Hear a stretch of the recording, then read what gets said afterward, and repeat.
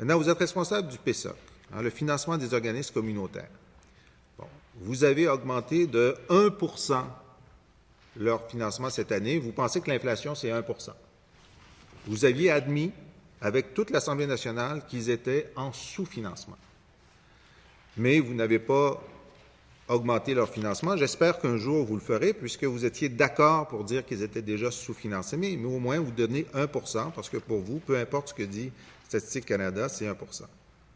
Maintenant, on a été très échaudés par la réforme, projet de loi 10, sur la fusion de l'ensemble des structures, en se disant, mais ce serait dangereux qu'il y ait une tentation du ministre de la Santé ou de la ministre déléguée, de prendre l'argent qui va aux organisations communautaires dans le PSOC, puis de le donner aux services de santé. On ne voudrait pas que ça arrive. Puis on a posé beaucoup de questions en commission parlementaire. Les groupes sont venus. Rassurez-nous. Rassurez-nous. Et la ministre nous a rassurés. Le 6 novembre dernier, elle a dit, et je la cite, « Il va falloir des Moses de bonnes raisons pour qu'une autorisation de transférer des sommes soit demandée au ministre ou à la ministre déléguée. » Des Moses de bonnes raisons. Et le ministre de la Santé, lui, est encore mieux. Il a dit le 6 décembre, « Il faudrait qu'il y ait une situation de méchante urgence pour déplacer un budget. » On peut imaginer un scénario catastrophique, là. On pourrait avoir une épidémie d'Ebola au Québec. Fin de la citation. Et ça, j'ai aimé ça parce qu'on avait un critère. OK? Dans un cas d'épidémie d'Ebola, on pourrait prendre l'argent dans le PSOC pour le mettre sur l'Ebola, puis on serait tous d'accord. Tout le monde, les organisations communautaires, disent oui, prenez tout l'argent parce qu'on ne veut pas mourir d'Ebola. Ben, Monsieur le Président, vous n'êtes pas au courant, mais il y a eu une épidémie d'Ebola à Gatineau ces derniers mois parce que la ministre a pris 1,2 million de dollars dans le PSOC pour le donner au C3S. Elle n'était pas satisfaite d'un service qui était donné par un organisme, peut-être, mais elle avait dit à son ministre, Ebola. Puis elle l'a pris, 1,2 million, elle l'a donné au C3S. Puis pourtant, moi, je n'étais pas au courant qu'il y avait une épidémie d'Ebola à Gatineau. À partir du moment où la ministre définit elle-même les Moses de bonnes raisons, qui pensent qu'on peut prendre l'argent dans le PSOC puis le mettre ailleurs, pourquoi ne peut... C'est quoi le critère maintenant? Puisque ce n'est plus sacro-saint. Elle n'était pas contente de la façon dont un groupe communautaire s'occupait d'un service.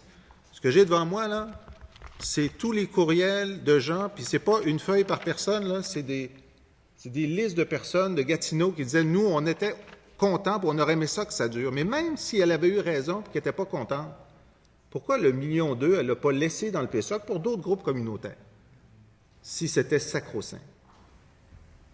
Alors, le précédent que vous avez créé, Madame la ministre, comment maintenant peut-on croire, quand vous dites que vous ne le referez pas, à chaque fois que ça vous tente de prendre l'argent dans les groupes communautaires puis de le donner au CIS ou au CIUS?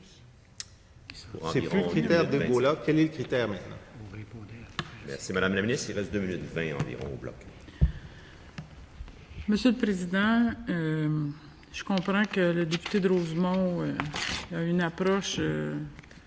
en tout cas, je vais lui laisser son approche, là, je ne la qualifierai même pas. C'est pas compliqué, là. Les organismes communautaires, ils le savent, leur meilleur allié, c'est moi. Leur meilleur allié, non seulement c'est moi, mais ils savent qu'ils peuvent compter sur moi. Et je vous dirai que ce dont à quoi il fait référence, c'est un cas, une situation d'exception auquel nous avons dû prendre une solution exceptionnelle pour un problème exceptionnel. Depuis que le gouvernement libéral a eu le pouvoir de 2003 à 2012, Monsieur le Président, 80 % de hausse de financement pour les organismes communautaires. C'est pas tout à fait ce qu'avait fait le Parti québécois. Et je vous dirais que quand ils ont eu des années difficiles, c'est certainement pas ce que je fais en ce moment ce qu'ont vécu les organismes communautaires.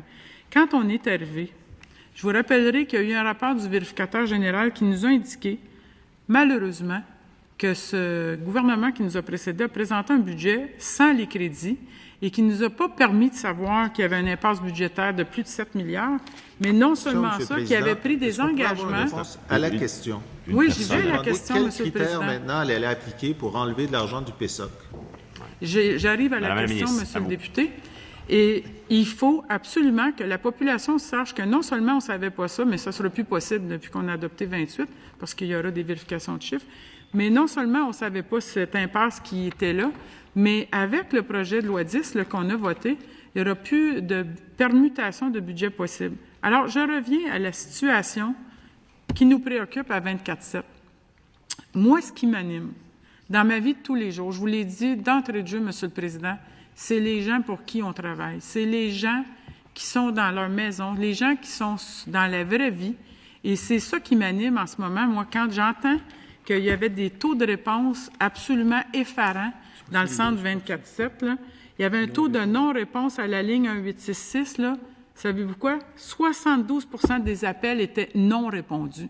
Monsieur le Président, je ne pouvais pas laisser continuer, perdurer cette situation-là. Merci beaucoup. Alors, ceci met fin au bloc, chers collègues. Met fin au bloc. Monsieur le député de Rosemont, ceci met fin au bloc.